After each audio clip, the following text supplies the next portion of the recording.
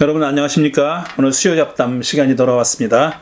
오늘도 지난주에 이어서 유대인의 눈으로 읽어본 예수의 비유, 포도원 주인 혹은 포도원 품꾼의 비유 두 번째 시간이 되겠습니다. 자, 이제 바로 본격적으로 시작하겠습니다. 비유를 한번 읽어보고 그 비유에 대한 이 저자 에이미 질 러빈의 해석이 어떤 건지 한번 살펴보겠습니다. 마태복음 20장 1절부터 16절까지입니다. 하늘나라는 자기 포도원에서 일할 일꾼을 고용하려고 이른 아침에 집을 나선 어떤 포도원 주인과 같습니다. 하늘나라가 포도원 주인과 같다고 했습니다. 그는 하루에 한 데나리온으로 일꾼들과 합의하고 그들을 포도원으로 보냈습니다. 약속된 품삯은 한 데나리온, 하루에 한 데나리온. 또 9시쯤 나가서 보니 사람들이 장터에서 빈둥거리고 서 있었습니다. 그가 그들에게 말하기를 당신들도 포도원에 가서 일하시오. 적당한 품삯을 주겠소 하였습니다. 적당한 품삯을 주기로 했습니다. 처음에 온 사람은 하루에 한 데나리온, 그 다음에 온 사람은 적당한 품삯, whatever is just 라고 되어 있습니다. 5절, 그래서 그들이 일을 하러 떠났습니다. 주인이 다시 12시와 오후 3시에 나가서 그렇게 하였습니다.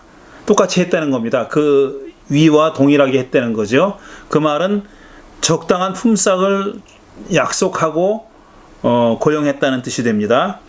6절, 오후 5시쯤에 주인이 또 나가보니 아직도 빈둥거리고 있는 사람들이 있어서 그들에게 왜 당신들은 온종일 이렇게 하는 일 없이 빈둥거리고 있어?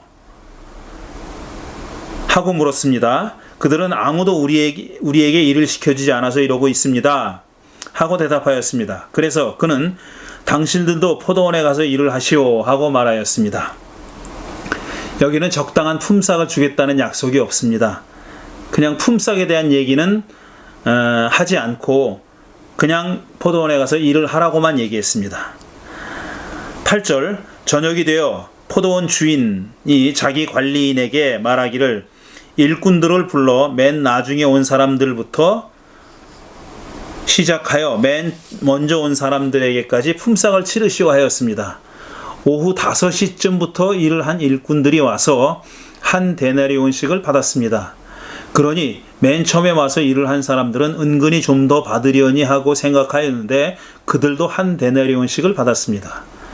그들은 받고 나서 주인에게 투덜거리며 말하기를 마지막에 온 이 사람들은 1시간밖에 일을 하지 않았는데도 찌는 더위 속에서 온종일 수고한 우리들과 똑같이 대우하시는군요 하였습니다. 그러자 주인이 그들 가운데 한 사람에게 말하였습니다. 친구여, 나는 그대들을 부당하게 대우한 것이 아니오. 그대는 나와 한 데나리온으로 합의하지 않았소. 그대들의 품삯이나 받아가지고 돌아가시오. 그대에게 주는 것과 똑같이 이 마지막 사람에게 주는 것이 내 뜻이오. 내 것을 가지고 내 뜻대로 할 수 없다는 말이요. 내가 후하기 때문에 그대의 눈에 거슬리요. 이와 같이 꼴찌들이 첫째가 되고 첫째들이 꼴찌가 될 것입니다. 이런 말로 비유가 끝납니다.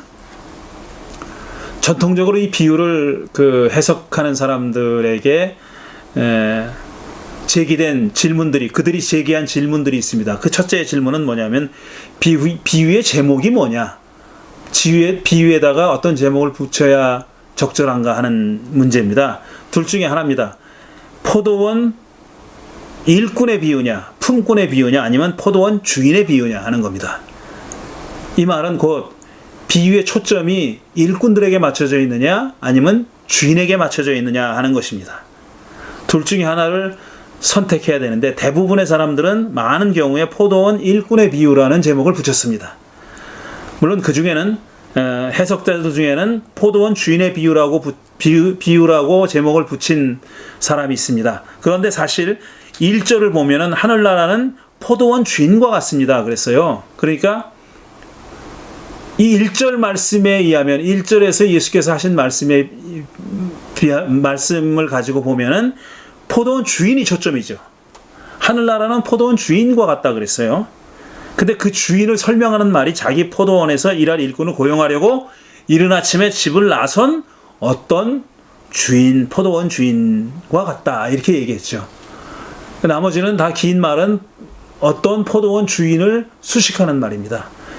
그러니까 포도원 주인에게 초점이 맞춰져 있다고 보는 것이 옳겠고, 따라서 비유의 제목은 포도원 주인의 비유라고 붙이는 것이 맞겠죠. 옳겠죠.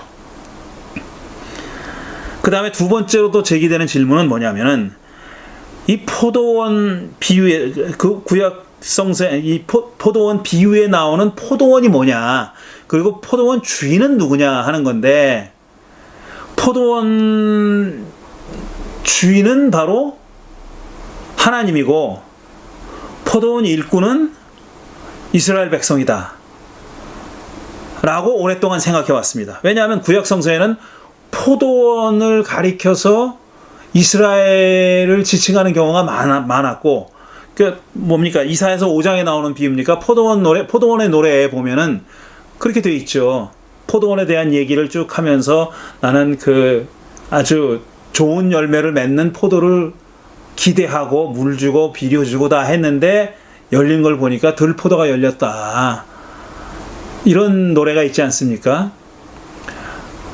그게 대표적인 예고, 그 밖에도 구약 성서에는 포도원을 이스라엘 백성으로, 또 포도원 주인을 하나님으로 은유하고 비유한 경우가 상당수 나옵니다. 따라서 이 비유, 예수님의 이 비유에서 포도원 주인도 많은 경우에 하나님이라고 생각해온 겁니다.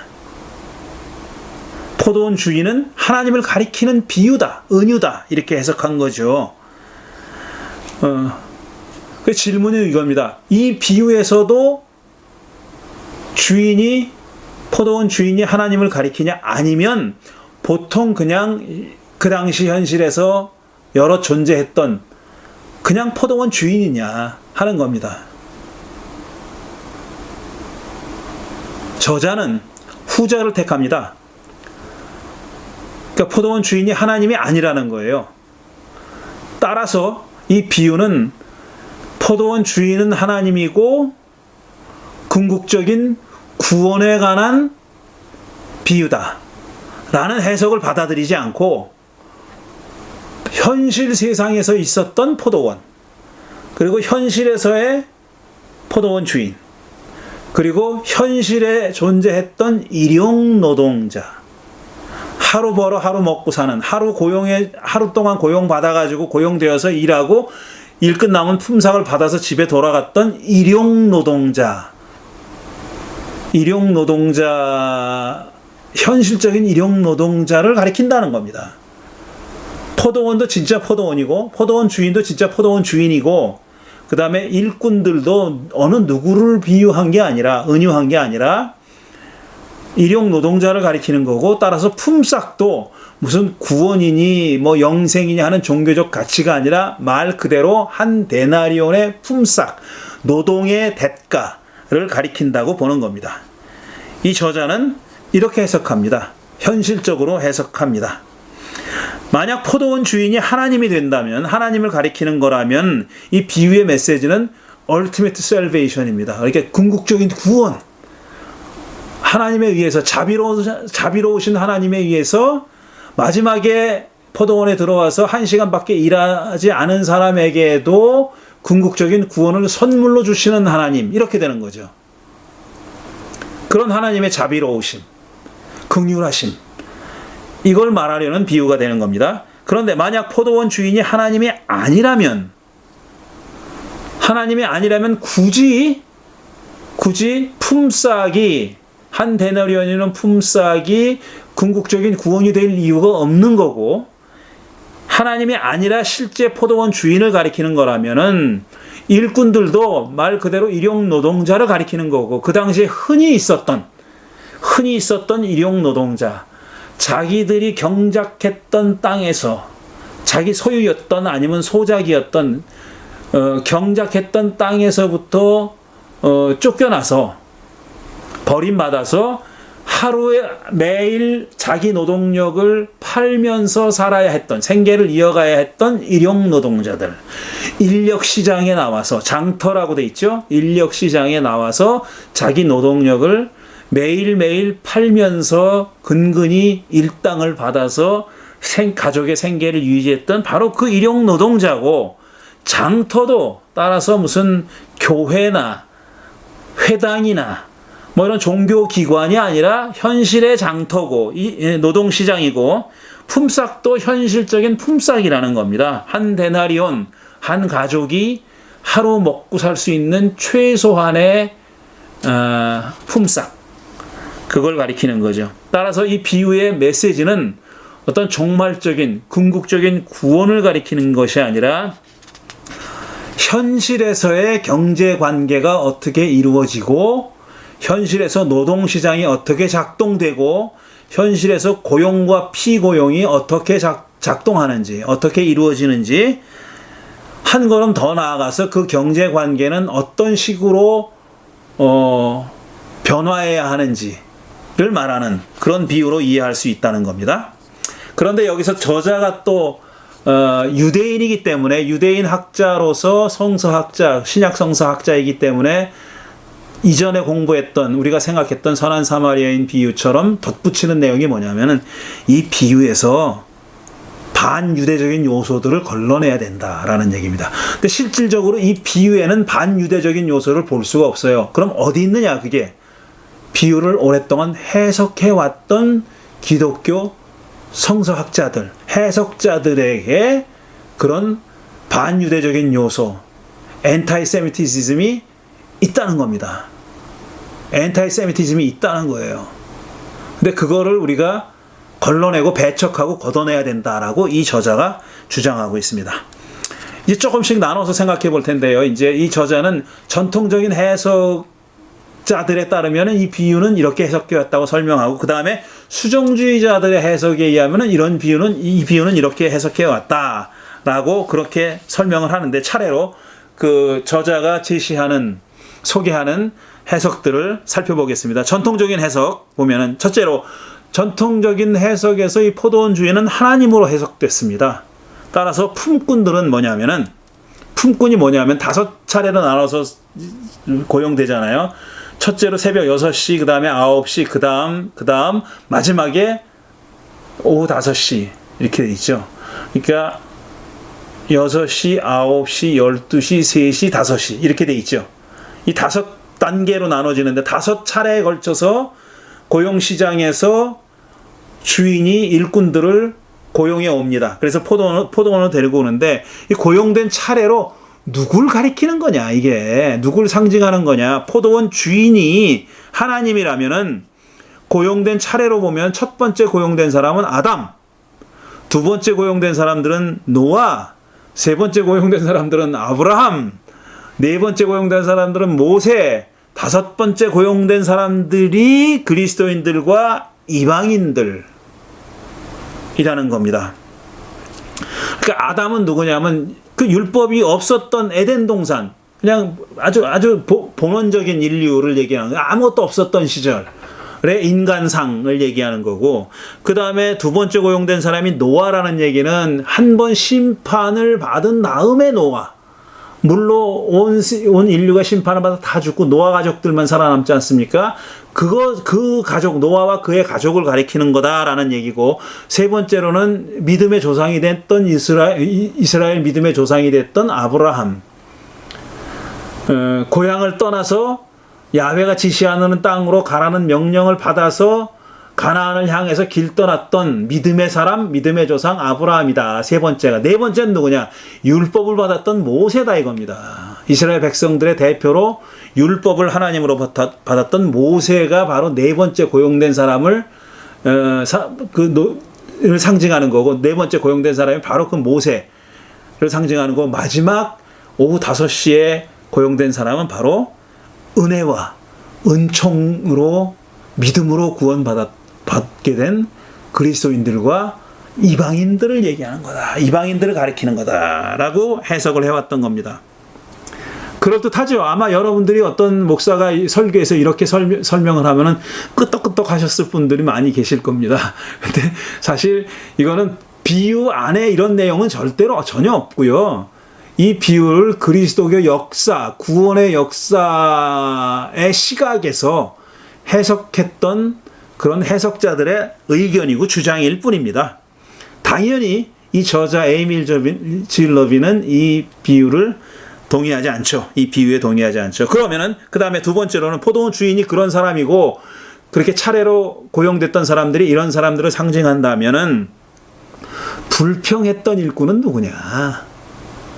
새벽부터 와서 일해서 하루 종일 땀 흘리면서 일했는데 1시간밖에 일하지 않은 그 사람과 똑같이 한 데나리온이 주어진, 그래서 불평했던 일꾼은 누구냐면 행위로서 구원을 받아야 한다고 믿었던 유대인들, 유대교인들이 바로 이렇게 그 불평했던, grumbling 했던 그런 그 일꾼들이다 이겁니다. 그러니까 처음 고용된 일꾼, 자기들은 율법의 짐을 지고 그 율법과 계명을 지키느라고 온갖 노력을 다 기울였는데 그렇게 힘써서 율법을 지키려고 평생 동안 그렇게 살았는데 그런 율법을 지키지도 않고 오로지 믿음만 가지고 은총으로 구원받았다고 떠드는 그런 사람들에 대해서 그런 이방인들을 받아들이기를 거부했던, 이방인들에게도 율법을 지켜야 하는 그런 의무를 부과해야 된다고 주장했던 바로 그 유대인들, 유대교인들이 바로 불평하는 일꾼들이다라는 겁니다. 이런 취지로 해석했던 사람들 가운데 존 웨슬리도 있다는 겁니다. 그러니까 감리교와 그 여러 교단의 어떤 아버지라고 불리는 그 존 웨슬리조차도 이렇게 주장을 했다라는 겁니다. 따라서 마지막에 고용된 일꾼은 누구를 가리키냐면 복음을 믿어서, 예수를 믿어서 은총으로 믿음으로 구원받은 사람들, 특히 유대교인들이 멸시했던 세리와 과부들, 죄인들, 창녀들, 이방인들 이런 사람들이 바로 마지막에 고용된 일꾼들이라는 거죠. 이게 전통적인 해석자들이, 전통적인 견해를 가진 해석자들의 해석입니다. 또 오래전 사람들은 아니지만 20세기에 일부, 특히 이 북미주에서, 미국에서 좀 진보적인 열린 진보적인 신학을 가지고 있는 그런 학자들은 이 포도원 일꾼의 비유를, 포도원 주인의 비유를 어떻게 생각했냐면 affirmative action, 소수인종 보호정책, 소수인종 우대정책의 시각에서 해석을 했습니다. 그러니까 소수인종을 위한 정책이 affirmative action이라는 것이 있는데요. 이게 아주 보수적인 공화당 사람들이 정권을 잡았을 때는 축소시키려고 하고, 상대적으로 좀 진보적인 민주당 사람들이 정권을 받았을 때는 affirmative action을 확대하려고 합니다. 아니면 확대하려고 애를 쓰고, 아니면 확대하는 척합니다. 무슨 얘기냐면은 이 미국 내에는 미국은 다인종 국가지 않습니까? 여러 인종이 모여 사는 그런 나라입니다. 근데 역시 이제 주류라고 하는 사람들은 백인들이고 코케이션들이고요. 백인들이 주류예요. 그리고 이제 흑인인들이나 남미 사람들이나 아시아 사람들이나 아프리카 사람들이나 이런 사람들은 다 소수 인종입니다. 물론 캘리포니아에서는 점점 이제 남미 출신의 사람들의 인구가 늘어나서 얼마 안 있으면 이 코케이션들이, 백인들이 소수가 될 거라고 얘기하지만 그건 숫자상의 얘기고, 실질적으로는 그 사회 경제적으로는 그들이 다수고 머저리티고 메인이고 주류고, 소수인종들은 비주류입니다. 근데 그 비주류들이 워낙에 출발점이 다르니까 소수인종들은 이 주류들과, 그러니까 코케이션들과 백인들과 출발점이 다르고 운동량이 기울어져 있다는 겁니다. 시작이 다르다는 거예요. 그래가지고 약간의 좀 우대 정책을, 특혜를 주자. 이게 affirmative action이에요. 근데 이 비유를 affirmative action에 비견해서 해석해왔던 겁니다. 그런 시도들이 20세기 말기에 이 미국 안에서 진보적인 교단과 진보적인 어떤 그 학자들에 의해서 많이 해석됐습니다. 그런 시각에서 해석해 왔죠. 근데 사실 이것도 말하자면 일종의 전통적인 해석이라고 이 저자는 보고 있는 거고요. 그래서 이 전통적인 해석의 내용을 요약해 보면은 교회의 포용성을 강조한다는 거죠. 교회의 토러런스 혹은 인클루시브니스, 포용적이고 이렇게 관용적인 성격이 그래야 된다고 강조하는 그런 비유로 이해했다는 거예요. 교회의 포용성과 관용을 강조하는 비유. 그리고 그렇지만 이 안에는 그 전통적인 해석에 따르면은 유대인에 대한 혐오와 반유대주의적인 정서가 스며들어 있다는 거죠. 일단 유대인들을 그 어떤 행위로 구원받는다고 주장하는 사람들로 이해돼 있고 해석됐고, 그 다음에 불평하는 사람들로 해석되어 왔잖아요. 그러니까 유대 사람이 보기에는 그들이 유대인이라고 얘기했으니까, 불평하는 이 일꾼들이 유대인이라고 그렇게 해석을 해왔으니까 유대인의 입장에서 보면 기분 좋을 리가 없고, 당연히 유대인 혐오주의라고 얘기하는 거죠. 그래서 유대인 혐오주의 내용이 들어있지만 하나님의 자비를 가르치는, 궁극적으로는 하나님의 자비와 포용성을 가르치는 그런 비유로 해석해 왔다는 겁니다. 그리고 다수는 아니지만 이게 종교적인 가르침을 전파하기 위한 은유, 그러니까 포도원 주인은 하나님이고 뭐 일꾼들은 뭐 이스라엘 사람들이 혹은 믿는 사람들이다라고 해석하는 식으로 그런 그 은유적인 해석을 한 사람들도 많았지만, 실질적으로 현실적으로 경제생활, 사회생활을 반영하는 그런 이야기로 해석한 사람도 소수 있긴 있었습니다. 하지만 다수는 역시 은유적으로 해석한 사람들이죠. 그 다음에 저자가 또 소개하는 수정주의자들의 해석이 있습니다. 이건 파울로 프레이리나 혹은 마이클 무어 같은 사람들의 방식으로 해석한다는 건데, 이거는 그야말로 이 비유는 철저하게 노동관계, 정치경제관계를 반영하고 그에 관련된 가르침을 말하는 비유다, 이렇게 해석하는 겁니다.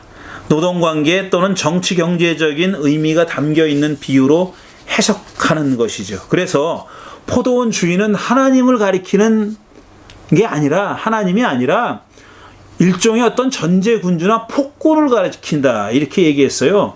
폭군, 디스포트, 폭군을 가리킨다, 데스포트를 가리킨다는 겁니다. 전제군주나 폭군을 가리키고, 또는 가난한 농부들이나 가난한 일꾼들, 일용 노동자들을 착취하는 엘리트들을 가리킨다.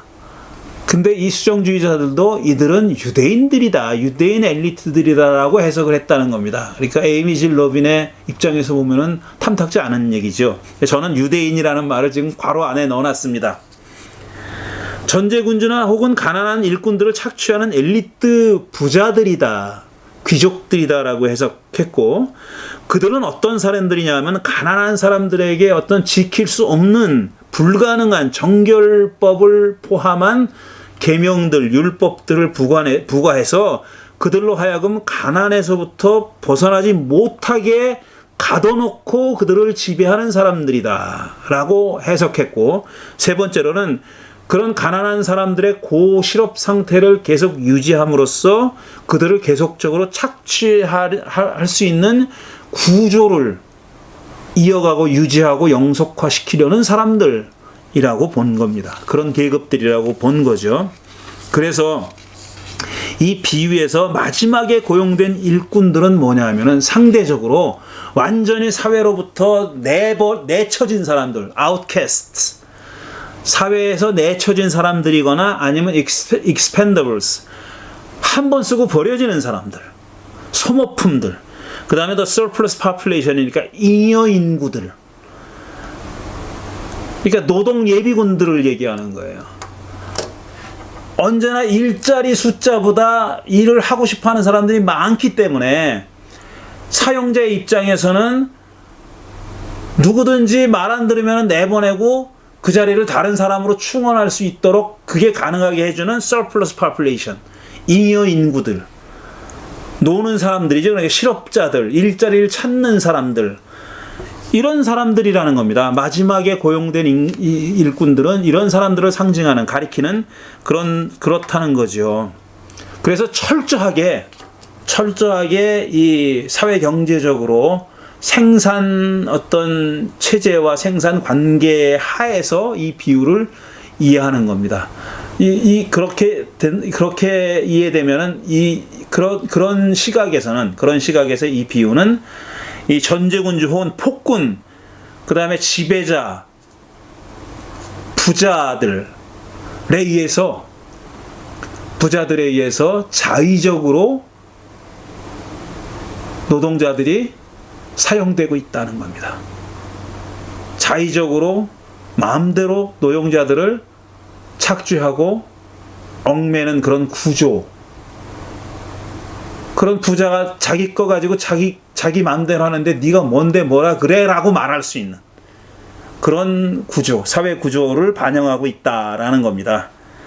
근데 이런 식의 이해가 좀 힘든 것이, 그러면은 10분의 1밖에 일 안 한 사람에게 한 데나리온을 왜 줬을까? 그 폭군은, 그 악랄한 지배자는 언제든지 이 남아 돌아가는 잉여 노동력을 채용할 수 있는 위치에 있었던 그런 사람, 그런 포도원 주인은 왜 10분의 1밖에 일을 시키지 않고도 한 데나리온을 줬을까라는 질문이 남는 거죠. 왜 그렇게 했을까? 내 것 가지고 내 마음대로 할 수 있다는 것을 보여주기 위해서 단지 그것 때문에 그랬을까라는 질문이 남는 겁니다. 과연 그런 그 온정이 많은 온정적인 폭군이 세상에 있을까 하는 질문이 남는 거죠. 이게 이제 수정주의자들의 해석이라고 저자가 소개하고 있는 거고, 저자 자신의 해석을 보면은 제가 이 대목에서 참 동의할 수가 없는 내용들이 많이 나오는데 하나하나 소개해 보겠습니다. 첫째로 저자는 이렇게 봅니다. 일용 노동자들의 존재가 높은 빈곤 수준을 반드시 의미하는 건 아니다, 이렇게 얘기해요. 그럼 뭘 의미하는 겁니까? 일용 노동자가 지금 장터에서, 노동시장에서 계속 남아 돌아가고 있는 거, 기다리고 있는 거예요. 자기를 고용해줄 일꾼들, 주인을 기다리고 있는 겁니다. 고용주를 기다리고 있어요. 그 사람들이 먹고 살 방도가 있으면 왜 기다리겠어요? 그렇게? 자기가 그날 일을 해서 일부라도, 한 데나리온의 절반이라도, 아니면 3분의 1, 4분의 1이라도 가져가지 않으면 안 되니까 기다리고 있는 거 아니에요. 근데 이 저자는 뜬금없이 일용 노동자의 존재가 높은 빈곤 수준을 의미하진 않습니다. 이렇게 얘기해요. 아니, 지금 일꾼이 남아 돌아가잖아요, 비유에서는. 그러니까 저녁 5시까지도 일자리를 구하지 못한 사람이 있었다는 거 아닙니까? 혹시나 10분의 1 데나리온이라도 받고 일할 수 있지 않을까 해서 기다리는 거 아닙니까? 근데 이런 주장을 하는 이유를 제가 모르겠고, 근거가 뭔지 모르겠고, 그 다음에 예수 시대의 갈릴리는 일반적으로 빈곤한 지역이 아니었다라고 얘기해요. 그리고 그 증거로서 고고학 연구에 따르면은 이 갈릴리 지역에 있던 데가볼리, 가이사랴, 가나, 가버나움, 이런 동네들이 다 번성한 도시였다는 겁니다. 데가볼리는 데카폴리스입니다. 10개의 도시라는 뜻이에요. 그거는 헬라화된 10개의 도시의 상업도시들이에요. 말하자면 상업도시들인데, 상업도시들은 당연히 번창하죠. 활발한 교역이 이루어지고 부자들이 사는 데예요. 있는 사람들이 사는 데예요. 그러니까 거긴 번창하고 있는 사람들이 살던 데예요. 물론 가이사랴, 가나, 가버나움이 그랬는지 모르겠어요. 가버나움은 또 그런 중심지, 상업의 중심지였다고 제가 알고 있고요. 그러니까 이런 일부 고고학적인 예를 들어서 그걸 증거로 해가지고 갈릴리가 빈곤한 지역이 아니었다라고 얘기할 수는 없습니다. 제가 나중에도 말씀드리겠지만 이 저자가 끌어다 쓰는 증거가 매우 선택적입니다. 그리고 어떤 분야의 연구는 거의 도외시하고 있어요. 제가 그래서 이 저자의 비유 해석에 동의할 수 없는 이유가 바로 거기 있습니다. 저는 이 말을 동의하지 못합니다. 일용 노동자의 존재가 빈곤을 보여주는 건 아니다. 그 다음에 그 지역이, 갈릴리 지역이 그렇게 가난한 지역이 아니고 번창한 도시가 있었다. 이런 얘기 가지고 이런 주장에 근거를 대야 돼요. 그러면은 이런 방면으로 그 당시에, 예수 당시에 갈릴리 지역, 그 다음에 유대 전체 지역의 어떤 사회 경제적인 여건, 로마 제국의 지배하에 식민지로 살았던 유다와 갈릴리, 사마리아의 사회 경제적인 조건들, 상황들에 대한 연구가 많아요. 굉장히. 그거는 어떤 그 제국주의 입장에서 임페리얼리즘, 콜로니얼리즘 이쪽으로 연구한 사람들도 많고 어쨌든 그 당시의 사회 경제적인 여건에 대한 연구가 많은데 그 연구 업적들을 결과들을 이 저자는 거의 인용하지 않습니다. 아니 그쪽으로 살펴보려고도 하지 않아요. 그래서 이런 주장은 제가 동감할 수 없는 얘기고, 그 다음에 두 번째로 예수를 따르던 청중들도 가난한 사람들이 아니었대요. 그래서 뭘 근거로 이렇게 얘기하나 보니까 예수님이 들에 핀 백합화를 봐라, 하나님이 잎이 지지 않느냐 이런 얘기가, 이거는 가난한 사람들에게 하는 얘기가 아니라는 겁니다. 게다가 또 마가복음 6장 36절을 보면 오병이어의 기적의 얘기거든요. 오병이어 기적을 일으키는데 이제 날이 저물었잖아요. 밥때가 됐는데 밥을 줄 수가 없는 거예요. 들판에 있어요. 사람들은 지금 5천 명이나 남자 어른들만 5천 명이 있다고 그랬으니까 얼마나 많은 숫자가 있는 겁니까? 밥을 먹여야 되는데 밥때가 됐는데 밥을 먹일 수가 없잖아요. 그러니까 여러분들이 먹이시오. 그러니까 200데나리온이 있어도 모자랍니다. 우리가 어떻게 먹입니까? 그랬더니 한 제자가 이렇게 얘기합니다. 이 사람들을 흩어서 제각기 먹을 것을 사 먹게 근방에 있는 농가나 마을로 보내시는 것이 좋겠습니다. 그랬어요. 이 말은 우리가 책임지지 못합니다. 우리한테는 이들을 먹일 그 돈이 없습니다. 음식도 없고 돈도 없습니다라고 얘기한 거예요. 그러니까 이들이 각자 도생하게 만들자, 각자 해결하게 만들자라는 얘기잖아요. 그거는 제자단에서는 우리는 지금 이들을 먹일 수가 없다는 얘기하는 겁니다. 책임질 수 없다는 얘기예요. 그런데 각자 먹을 것을 사 먹게라는 말 때문에 이들 주머니에 사 먹을 돈이 있었다라고 얘기한다는 거는 억측이죠. 그거는 진짜 그 5천 명이나 되는 사람들이 각자 주머니에 사 먹을 돈이 있었기 때문에 제자들이 이렇게 얘기한 게 아니라 우리들은 먹일 능력이 없다고, 먹일 재간이 없다고 얘기한 거 아니에요. 근데 에이미 실러비는 이걸 가지고 이 사람들 주머니에 돈이 있었다는 뜻 아니냐 이렇게 얘기해요. 저는 동의할 수가 없습니다. 여러분도 아마 그러실 겁니다. 이제 한 절 그 저자가 해석하는 걸 보면은 1절, 2절 보면은 이제 처음 시작이죠. 여기에 등장하는 요소들은 뭐냐면 주인, 포도원 주인, 그 다음에 일용 노동자들이 그 인력 시장에 나와 있는 인력 노동자들이 있고 그들 간의 고용 관계가 이루어져요. 고용 관계가 이루어지고 고용 피고용자의 관계가 이루어지고 품삯도 합의됐습니다. 한 데나리온. 그리고 지금 그들이 가서 일해야 할, 수확을 거두어야 할, 수확해야 할 포도원이 있는 겁니다. 여기까지는 너무나도 평범한 상황이에요. 하나도 이상할 게 없고 특별한 점이 없어요. 딱 이렇게 해서 고용이 이루어지는 거니까. 그때 당시에는 지금 수확철이 돼서 일꾼이 많이 필요한 겁니다. 평소보다 빨리 수확을 해야 되니까. 그래서 인력시장에 나가서 일꾼을 고용하는 거예요. 임시고용직이죠. 그러니까 하루하루 일용 노동자를 계약하는 건데, 이런 요소들은, 지금 말씀드린 요소들은 그 당시 늘상 있어 왔던 그런 인력시장의 풍경이었다. 포도원 수확기가 되면은 흔히 볼 수 있는 그런 풍경이었다는 거죠. 근데 3절과 4절을 보면은 그 다음에 또 나갔는데, 9시에 나갔는데, 오전 9시에 나갔는데 빈둥거리고 서 있던 사람들이 있었다는 거예요. 근데 우리말 성경과 영어 성경에는 다 빈둥거리고 아이들이라는 말을 써요. 아이들. IDLE. 그야말로 이제 어슬렁거리는 거죠. 빈둥거리는 거죠. 근데 왜 그렇게 번역을 했는지 모르겠는데 그리스 말로는 아그로이예요. 아그로이. 아그로이라는 말은 뭐냐면 without work. 일이 없어서, 다시 말해서 고용되지 않아서 고용을 찾고 있는 사람, 고용되기를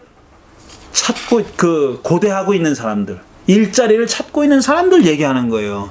그들이 한가해서 빈둥거렸다는 뜻이 아니에요. 근데 빈둥거렸다는 말이 그런 오해가 가능한데, 글쎄 이렇게 번역하는 것이 적절했는지 저는 모르겠어요. 어쨌든 그 9시에 나가서 포도원 주인이 본 광경은 뭐냐면은 일하기를 원하지만 일자리가 없어서 일자리를 얻지 못해서 여전히 인력 시장에서 남아있던 사람들입니다.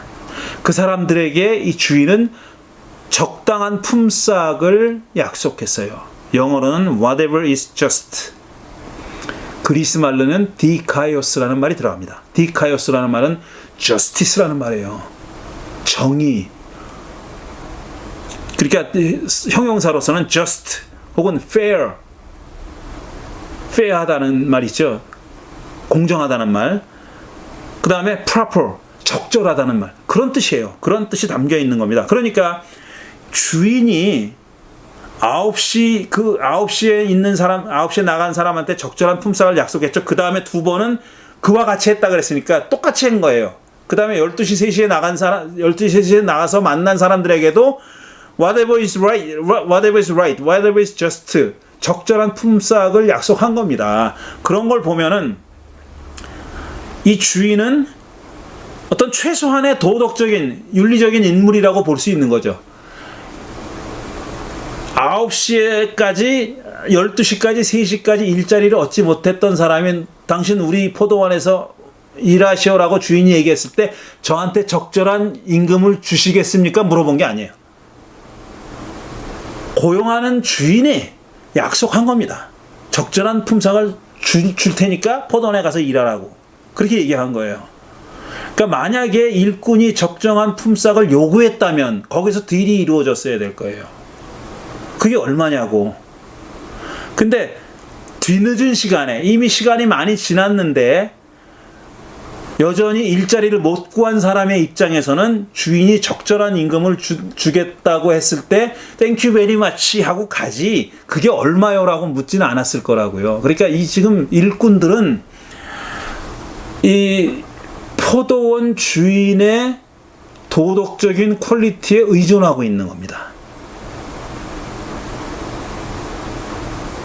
그걸 수정주의자들의 표현에, 수정주의자는 어떻게 생각하냐면 도덕적인 퀄리티에 의존하는 게 아니라 주인의 자의에 의존하고 있다. 주인 맘대로니까 주인 맘대로 뭐라고 해도 할 말이 없는 처지다. 이렇게도 볼 수 있는 거고, 또 반대로 좀 달리 주인의 도덕적인 어떤 퀄리티가, 성품이 여기에 포현되어 있다고도 볼 수 있는 거예요. Whatever is just라는 말이 그렇게 양가의 의미로 해석될 수 있는 말이라는 겁니다. 내 마음대로라는 뜻도 될 수 있고, 그런 의미가 포함되어 있을 수도 있고, 아니면 그의 말 그대로 적절한, 공정한 품삯을 주겠다고 약속했다는 뜻도 가능하고요. 그 다음에 5절에서 7절을 보면은 그 대목에서 우리가 물을 수 있는 질문은 뭐냐면, 도대체 왜 주인은 반복해서 인력 시장에 나가서 일꾼을 불러왔느냐는 겁니다. 고용했느냐 하는 거예요. 왜 반복해서 그렇게 나갔냐 하는 겁니다.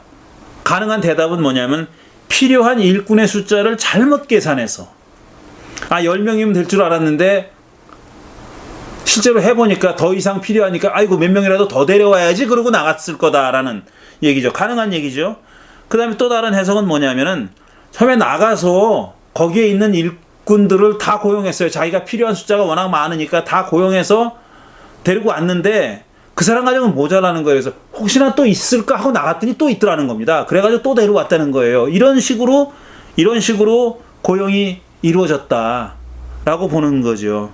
그러니까 숫자를 잘못 계산해서가 아니라 인력 시장에 일꾼들이 모자라서. 근데 이 두 번째 해석이 그럴듯하지 않은 이유는, 계속 그럼 그 수확기가 한두 번 있는 것도 아니고, 이 포도원 주인이 생자 초자면은 몰라도 만약 포도원을 계속 여러 해 동안 경작해오고 운영해온 사람이라면은 수확철이 되면은 일꾼이 많이 필요하고, 또 인력 시장에 나가면은 일꾼들이 있다는 걸 몰랐겠느냐 하는 거죠. 그러니까 그건 좀 말이 안 되는 거죠. 그 다음에 세 번째로 저자는 다른 이유 때문에라고 얘기하고, 다른 이유에 대해서 나중에 이제 자기 나름대로 설명을 하는데, 제가 그 설명에 잘 동일하지 못하겠습니다. 어쨌든 주인은 반복해서 주인이 인력시장에 나간 이유로 이 정도로 지금 추측해 볼 수 있다는 거고요. 그렇다면 또 반대로 일꾼들의 입장에서 보면 이들은 왜 도대체 해질 무렵까지 계속 고용되지 않고 남아 있었을까 하는 겁니다. 여전히. 그건 뭐 가장 쉽게 짐작해 볼 수 있는 것은 노동력의 공급이 수요를 훨씬 뛰어넘기 때문에, 그러니까 surplus population, 아까 잉여 인구들이 많아서 일자리를 찾는 사람이 일꾼을 구하는 숫자보다 많았기 때문에 이렇게 볼 수 있는 거죠. 그 다음에 또 하나 들 수 있는 이유는 뭐냐면은, 일부 일꾼들이 해질 무렵까지 고용되지 않았던 또 다른 이유는, 뭐 이건 그냥 100% 추측입니다. 일을 잘할 것 같이 보이지 않았기 때문에 아무도 고용하지 않아서 라고도 볼 수 있는 거죠. 근데 그런 얘기가 비회는 없어요. 그러니까 새벽 6시에 온 사람들과 저녁 5시에 온 사람 사이에 노동력의 퀄리티의 차이를 암시하는 어떤 내용도 없어요. 이 비유는 그냥 동일한 노동력을 가지고 있다 라고 짐작해야 되는 거지, 노동력의 차이 때문에 말하자면 5시에 가도 일자리를 구하지 못한 사람들은 빌빌하고 힘 못 쓸 것 같아, 일 잘 못할 것 같기 때문에 고용이 안 됐다라고 볼 만한 어떤 근거는 없다라는 겁니다.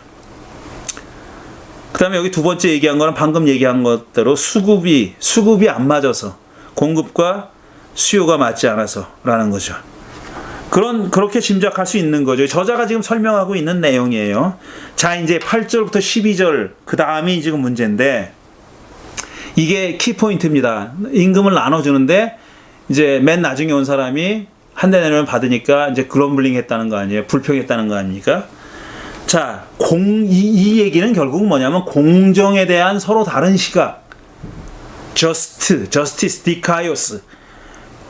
dikaios에 대한, 그러니까 공정에 대한, 무엇이 공정인가에 대한 서로 다른 시각 때문이다 라고 말할 수 있는 건데, 일꾼들이 보는 공정은 뭐냐 하면은, 일꾼들이 보는 공정은 일한 만큼 품삯을 받는 게 일꾼들이 보는 공정이죠.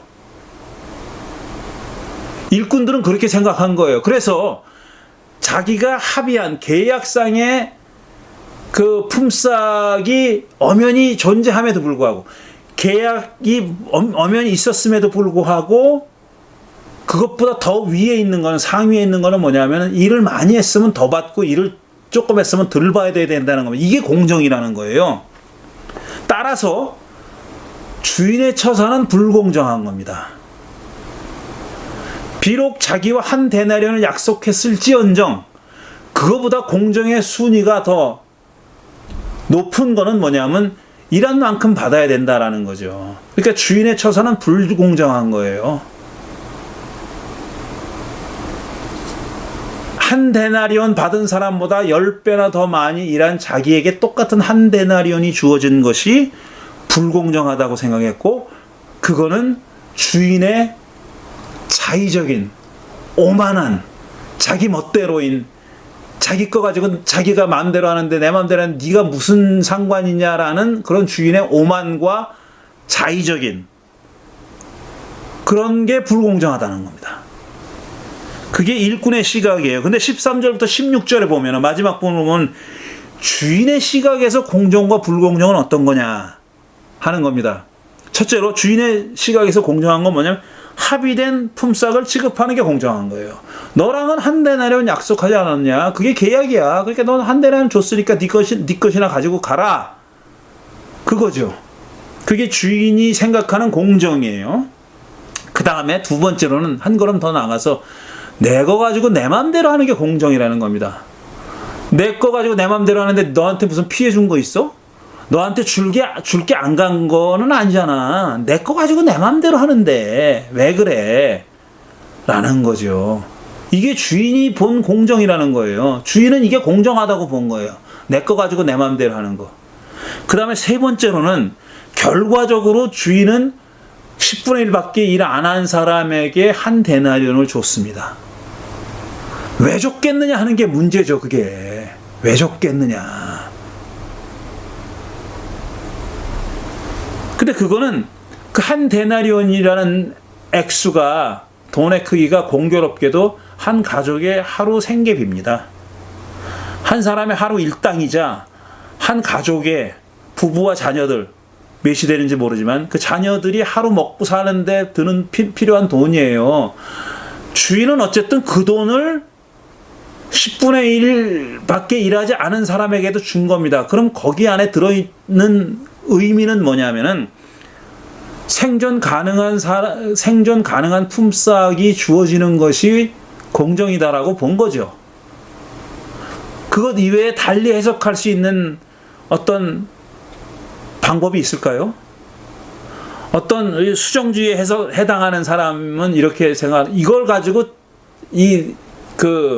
노동자들을 컨트롤한다는 겁니다. 자기 마음대로 컨트롤하기 위해서 이렇게 자의적으로 준다는 거예요. 자기 말 잘 들으라고. 근데 그거는 그런 뜻까지 들어있다고 보기는 힘들죠. 어쨌든 이 비유에서 드러난 거는 이겁니다. 10분의 1밖에 일 안 했지만 그 일꾼에게도 하루 생존에 드는 돈이 주어진 거예요. 그럼 주인은 그게 주어져야 된다고, 그게 공정한 거라고 생각했다는 거죠. 아까 어퍼러티브 액션에 비추어서 해석했던 전통적인 해석자들과는 좀 다른 건데, 이게 요즘은 말하자면 기본소득이 하나의 커다란 화두잖아요. 이게 또 그야말로 흔히 말하는 4차 산업혁명이라는 게 그런 시대에 들어섰다고 얘기하죠, 지금 이제는. 그리고 뭐 AI니 로봇이니 뭐 사람이 안 해도 되는 일들이 너무 많아졌어요. 사람이 일하는 것보다 기계가 일하는 것이 훨씬 효율적이고 비용도 훨씬 낮고 이런 게 많아졌어요. 그러면은 사람이 했던 일을 기계가 다 가져가는 겁니다. 그러니까 그 사람들은, 그 기계한테 일을 뺏긴 사람들은 밥 먹고 살 방도가 없어지는 거죠. 일자리로 못 구하는 거예요, 그런 사람들은. 이제 점점 시간이 지날수록 없어질 업종이라는 것이 늘어나고 있잖아요. 사라질 업종. 그 사라질 업종에 해당되는 일을 하고 계신 분들이 여러분 가운데도 계실 텐데, 그럼 여러분들이 하는 일을 이제 기계가 대체했을 때 여러분 어떻게 할 겁니까? 그럼 죽나? 죽어야 되나? 그때 나오는 게 기본소득이라는 거예요.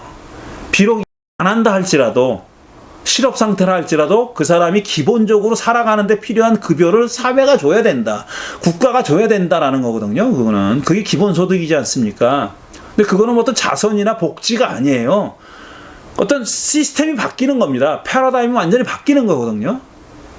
근데 그걸 시혜라고 생각하고 무슨 복지의 일종이라고 생각하고 해서 뭐 기본소득 말도 안 된다라고 얘기하고 무슨 공산주의 하자는 거냐 이렇게 얘기하는데, 그거는 전혀 그런 얘기가 아니거든요. 근데 이 비유를 그런 기본소득이라는 시각으로 해석하는 경우가 이제 21세기에 생겨나고 있죠.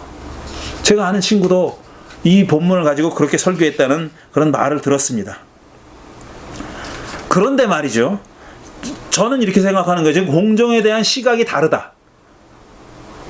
일꾼들이 본 공정과 불공정, 그 다음에 주인 입장에서 본 공정과 불공정이 이렇게 달라요. 그게 드러나 있는 겁니다, 이 비유에. 그런데 이 저자는, 에이미 질러미는 무슨 주장을 하냐면은 공정, 다시 말해서 공동체 의식을 깨뜨린 쪽은 주인이 아니라 불평을 한 일꾼들이다, 이렇게 얘기해요. 저는 무슨 말인지 모르겠어요.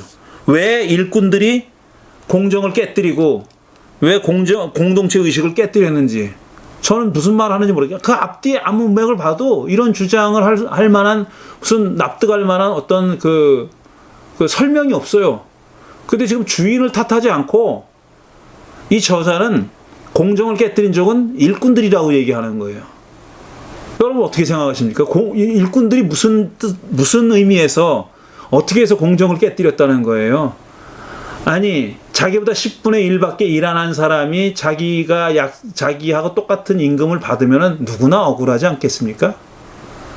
불평할 수 있는 거죠. 근데 불평한 게 뭐가 잘못됐다는 거예요? 근데 그 불평을 뛰어넘는 어떤 주인의 처사가 있었다라고 말할 수 있어요. 그런데 그게 무슨 공정을 깨뜨렸다거나 공동체 의식을 깨뜨렸다, sense of community를 깨뜨렸다라고 저는 본다는 건 말이 안 된다고 생각하고, 또 그래서 이 저자는 이 비유의 어떤 소스가 어떤 원천이 되는 이야기가 구약 성서에 있다고 주장합니다. 그러니까 비유와 같은 취지의 사건, 같은 취지를 말하고 있는 사건이 구약 성서에 있었는데 그게 뭐냐면은 사무엘상 30장 21절에서 25절인데 이건 무슨 얘기냐면 저 다윗과 그 수하의 군인들이 무슨 싸움을 하러 나갔어요. 그런데 딴 놈들이 아말렉인가가 쳐들어와 가지고 이 다윗의 일행이 공동체가 살고 있는 쪽에 쳐들어와 가지고 그 식구들을 죄다 포로로 잡아갔어요. 약탈해가고 포로로 잡아갔어요. 그 와서 보니까 전투를 치르고 와서 보니까 없는 거예요. 식구들이 알아보니까 그놈들이 다 잡아갔다 그러는 거예요. 그러니까 쫓아갑니다. 이 다윗과 그의 군대가 쫓아가요. 그런데 전투를 막 하고 들어왔기 때문에 그 일부 군인들은 피로가 풀리지 않아서 너무 지쳐가지고 자기 못 가겠다는 거예요. 그러니까 다윗이 200명인가 되는 사람들을 그럼 당신들은 우리 올 때까지 여기 기다려라. 그리고 기다리게 만들고 기력이 남아있는 사람들만 가서 그 자기 가족들을 포로로 잡아갖고 노획질을 해간 놈들을 다 무찌르고 다 죽이고 식구들을 찾아오고 걔네들 거를 약탈해 옵니다. 걔네들을 그 전리품들을 가지고 와요. 자기들 물건도 다 찾았고 전리품들을 가지고 이제 지쳐서 못 갔던 사람들이 있는 곳까지 왔습니다. 거기서 벌어진 일입니다. 그게 사무엘상 30장에 나와 있는데 21절 보면 다윗이 부솔 개울 가까이에 이르니 전에 다윗을 따라갈 수 없을 만큼 지쳐서 그곳에 남아있던 나고자 200명이 나와서 다윗을 환영하고 다윗과 함께 오는 군인들도 환영하였다. 다윗도 그 군인들에게 다 가까이 나가 따뜻하게 문안하였다. 그러나 다윗과 함께 출전하였던 군인들 가운데서 악하고 야비한 사람들은 거기에 남아있던 이들이 못마땅하여 저 꾀부렸다 이거지. 응? 꾀부려서 안 갔다 그러면 못마땅해서 자기들과 함께 출전하지 않았던 군인들에게는 되찾은 물건을 하나도 돌려주지 말고 다만 각자의 아내와 자식들만 데리고 가게 하자고 우겼다 이겁니다. 아 쟤네들은 물건은 돌려주지 말고 식구들만 돌려줍시다. 가서 싸우지도 않고 우리는 목숨 걸고 싸워서 이거 되찾아 왔는데 쟤네 싸우지도 않은 놈들을 왜 그 물건까지 돌려줍니까? 이렇게 얘기한 겁니다.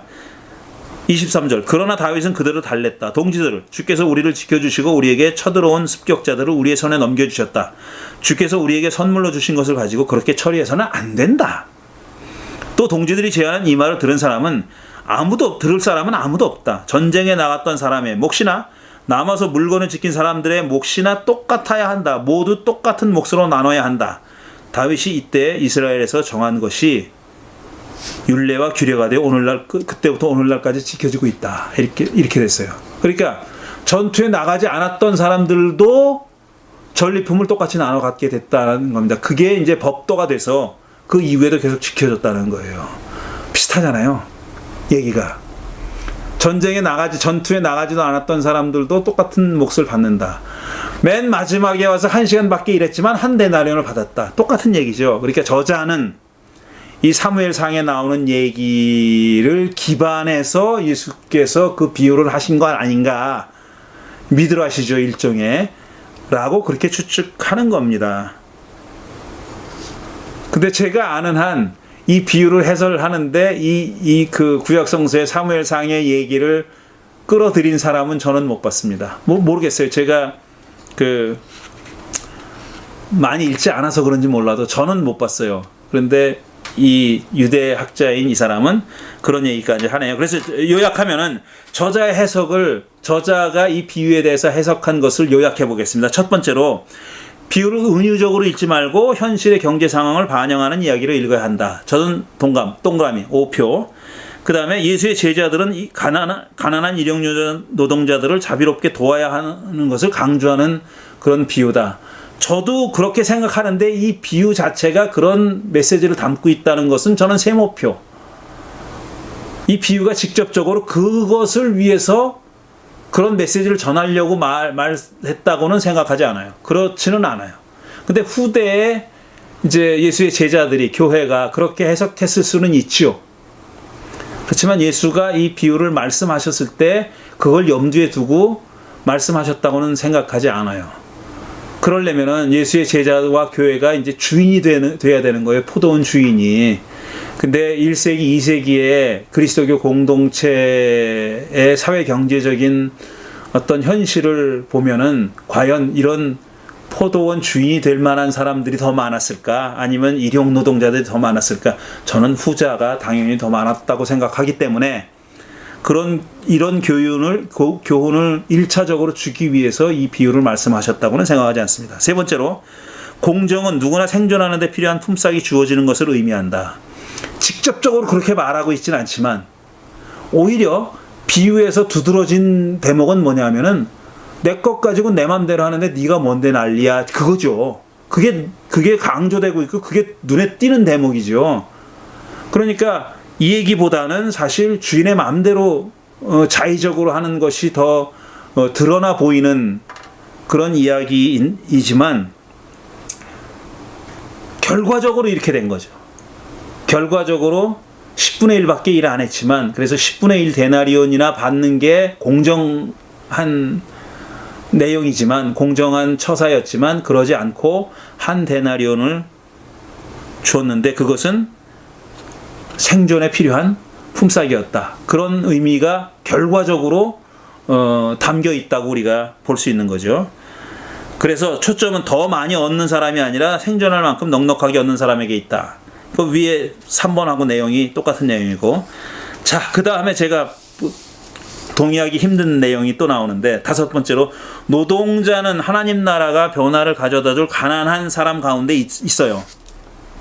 가난한 사람들 가운데 노동자가 포함되어 있는 겁니다. 근데 그렇게 가난한 사람들은 가운데는 노동자 아닌 사람들도 있죠. 있는데 가난한 사람들 가운데 노동자가 포함되어 있는 건 사실이에요. 여기까지는 맞는 말이에요. 근데 비유는 평등을 주장하지는 않는다는 거예요. 이겔리테리아니즘, 평등주의를 주장하지는 않는데요. 모든 사람에게 똑같이 한 데나리온이 주어져야 된다. 그건 아니라는 겁니다. 라고 저자가 주장해요. 그걸 주장하지는 않고, 평등주의를 주장하지 않고, 그 대신 주인은 노동자를 지원하는 게 맞다, 노동자를 돌보는 게 맞다는 걸 주장한대요. 이른바 이제 시혜, 주인의 호의, 주인의 선의, 이런 걸 강조한다는 겁니다. 저는 이 비유가 이걸 강조한다는 생각은 들지 않아요. 굳이 비유가 평등주의를 배격하고 그건 반대하고 주인의 호의만을 강조한다, 그건 그렇게 생각하지 않아요. 그렇게 생각하지 않아요. 그렇다고 평등주의를 주장한다고도 생각하지 않지만, 저는 이 저자가 이런 주장을 하는 그 밑바닥에는 어떤 심리가 깔려 있냐면은, 무슨 사회적 갈등, 그러니까 노동자와 고용주 간의 어떤 사회적 갈등, 파업하고 쟁의하고 뭐 이런 거 있잖아요. 그런 걸 싫어하는 것 같아요, 이 저자는. 그걸 싫어하는 것 같아요. 그리고 가능하면 있는 사람들, 가진 사람들 편에서 좀 호의를 베풀어서 그런 일이 벌어지지 않도록 하라라고, 그게 이 사람의 주장인 것 같아요. 그러니까 미국식으로 얘기하자면은 어떤 좀 보수적인 민주당 사람들도 이 현실적으로 공화당, 민주당 양당 체제니까 뭐 소수 정당이 있죠. 그보다 훨씬 더 그 급진적인 정당들도 있지만 아주 소수잖아요, 미국에서는. 그리고 또 민주당 안에 훨씬 더, 민주당의 주류보다 훨씬 더 그 앞서가는 프로그레시브한 사람들도 있지 않습니까? 그런 사람의 대표자가 대통령 후보로 나온 적도 있잖아요. 물론 최종 후보자가 되지는 못했지만, 버니 샌더스 같은 사람도 있지 않습니까? 그러니까 이 저자는 버니 샌더스 같은 사람보다는, 비유하자면은 조금 중도나 혹은 보수적인 민주당 성향의 그런 입장을 가지고 있는 것 같아요. 아, 시끄러운 건 싫은 거야. 그냥 좀 이렇게 좀 좋은 게 좋다 식으로 좀 부자들이 조금만 양보하고, 그러면 그 노동자들은 그거를 고맙게 생각하고 그 호의를 잘 받아들여 가지고 땡큐 베리 마치 하고 그렇게 사는 것이 그 이상적인 그게 바람직한 사회라고 생각하는 것 같아요. 그 다음에 또 뭐라고 얘기하냐면 예수는 마르크스주의자도 아니고 자본가도 아니래요. 아니 누가 예수가 마르크스주의자고 자본가라 그랬나? 이 둘은 전혀 반대 입장이잖아요. 마르크스주의자하고 자본가. 이도 아니고 저도 아니라는 거예요. 이도 아니고 저도 아니고 그는 또 그럼 누구냐 예수는? 이상주의자인 동시에 현실주의자래. 이것도 무슨 소리인지 모르겠어요. 이상주의자인 동시에 현실주의자라니. 이상주의자면서 현실주의자인 사람 누구 아시는 분 있습니까? 저는 이상주의자라는 말이 이해가 무슨 말인지 모르겠어요. 이상주의자.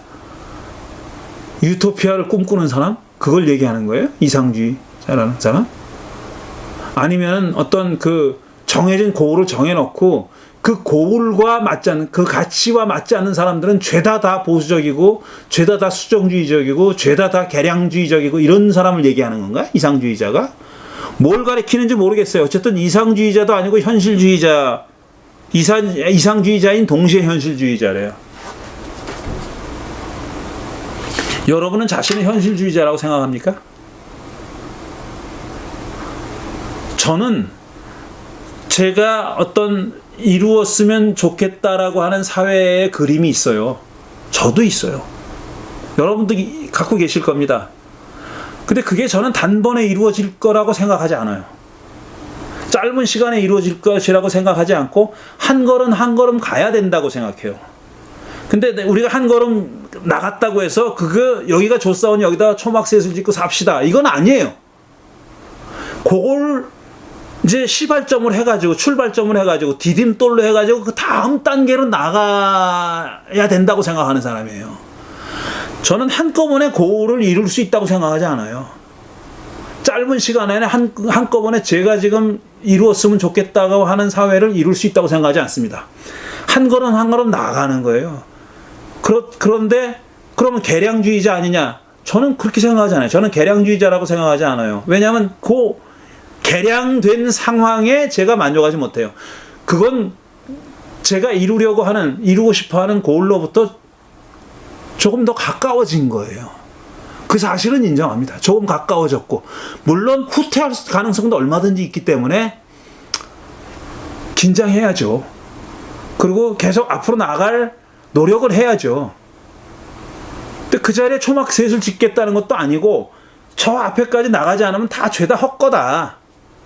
이렇게 생각하지 않아요. 저는 이상주의자입니까? 현실주의자입니까? 개량주의자입니까? 누굽니까? 그러니까 예수를 이상주의자인 동시에 현실주의자라고 생각했던 게 뭘 보고 그렇게 생각했는지, 예수님의 뭘 보고 그렇게 생각했는지 모르겠고, 또 부자들의 책임보다는 가난한 사람들에게 기쁜 소식을 가져주는 데 초점을 맞췄대요. 이것도 뭔 소리야? 부자들의 책임보다는 가난한 사람들에게 기쁜 소식을 가져주는 데 초점을 맞췄다.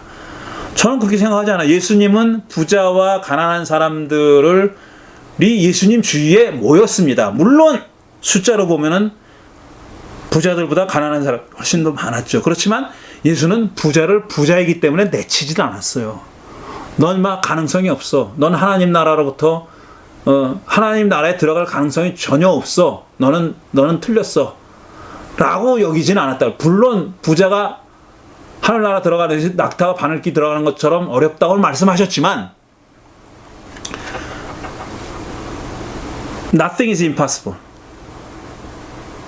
불가능한 건 없는 거예요. 그도 회심하면 되는 거예요. 예수님은 그 가난한 사람들과 부자들을 향해서 주신 메시지가 다른 겁니다.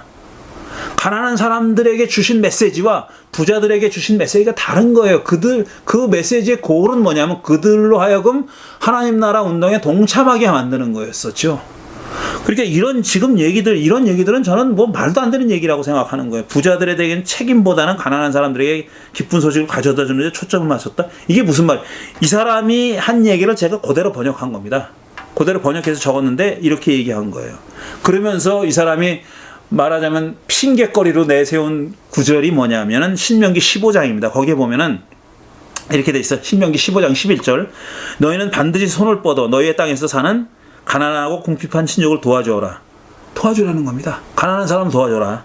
그렇다고 하여 너희가 사는 땅에서 가난한 사람이 없어지지는 않겠지만 이것은 내가 너희에게 내린 명령이다.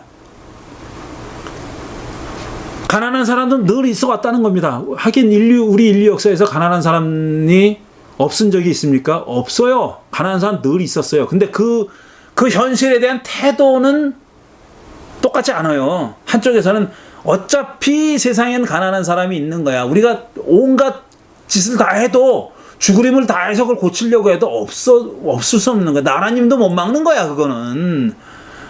그러면서 그냥 현실을 인정할 수밖에 없어. 라는 거 하고, 늘 가난한 사람은 우리 곁에 있지만, 그걸 없애기 위해서 계속적으로 노력하는 사람, 제도도 고치고, 사람 품성도 바꿔야 되고, 고쳐야 되고, 도덕 윤리 수준도 높여야 되고, 막 이런 거가 필요하다고 생각하면서 그 일을 제가 꾸준히 하는 사람하고는 다른 거잖아요.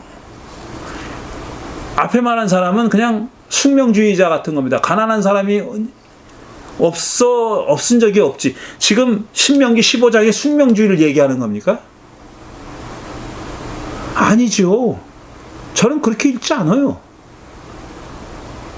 가난한 사람 계속 있을 거야. 그러니까 계속 도와주라는 얘기예요. 계속 도와주라는 얘기죠. 그래서 이 저자의 그 명시적으로 밝히진 않지만 저자의 어떤 정치적인 입장은 그런 겁니다. 지금 어떤 첨예한 갈등을 벌이고 뭐 쟁의하고 뭐 혁명을 하고 뭐 이런 거보다는 그냥 그런 그 폭발적인 사태가 벌어지지 않도록 가진 사람들이 조금 더 내놓고 양보하고, 그다음에 뭐 증여세도 좀 많이 내고 뭐 이런 식으로 해가지고 부자들이 세금 좀 더 많이 내고 해가지고 지금 이 사회를 그냥 굴러가게 만들자, 이런 입장을 가지고 있다고 제가 짐작합니다. 그러니까 그런 입장 때문에 제 추측은 이거예요. 1세기 예수 시대에 로마 제국의 식민지였던 팔레스타인, 이스라엘, 유다, 갈릴리, 그 식민지 백성들이 살았던 실제적인 정치, 경제적인, 문화적인 상황, 아까도 말씀드렸듯이 그런 상황에 대해서 연구한 연구서들이 엄청나게 많이 있고 점점 발전하고 있습니다. 어떤 처음에는 어떤 틀에 맞춰서 해석하려는 경향도 없지 않아 있었지만, 자기들이 가지고 있는 틀에 맞춰서, 근데 점점 발전해가지고 있는 현실을 그대로 해석하려고 하는 노력들이 점점 많아지고 있고 현실에 가까이 다가가고 있거든요. 근데 그런 연구 업적들은 거의 100% 도외시하고 기껏 인용한다는 것이 유다교의 문서들, 미시나나 뭐 아까 말씀드린 대로 뭐 그런 것들, 그런 문서들을 인용하면서 마치 그 시대를 그게 잘 보여주는 척, 있는 그대로 보여주는 것처럼 그렇게 생각하고 이런 결론을 내린 이 저자의 이 비유에 대한 해석에는 저는 동의하기가 힘듭니다. 한 가지만 더 말씀드리면은, 제가 여러 번 얘기했고 했던 그 비유에 대해서 제가 많은 영향을 받고 많이 배운 그 윌리엄 홀조그 2세인가 뭐 3세인가 하는 양반, 그 책의 비유에 관한 연구서, 그 여러 비유를 설명하고 있는데 이 포도원 일꾼에 대한 비유에 제가 제일 공감이 덜 됐습니다. 그 얘기까지 할 시간은 없는데, 그 사람은 그런 그 1세기 유다의 사회경제적인, 로마 제국 치하의 유다의 사회경제적인 그런 현실을 비유를 해석하는데 많이 참고해서 해석한 사람이에요. 그러니까 현실적으로 그 현실에 맞게, 그 현실 속에서 비유를 이해하려고 했던 사람이에요. 그럼에도 불구하고 저는 그 양반의 이 포도원 주인에 대한 비유의 해석에는 많은 부분이 그렇게 공감되지 않았어요. 근데 이 저자는, 에이미 실러비는 그런 시도조차도 극소화하고 있다. 거의 안 하고 있다. 따라서 저는 이 비유에 대한 저자의 해석에는 동의하는 부분보다 동의하지 않는 부분이 더 많다. 제가 첫 번째 선한 사마리아 사람의 비유를 얘기할 때는 많은 부분 그 저자의 주장에 동의한다 그랬어요.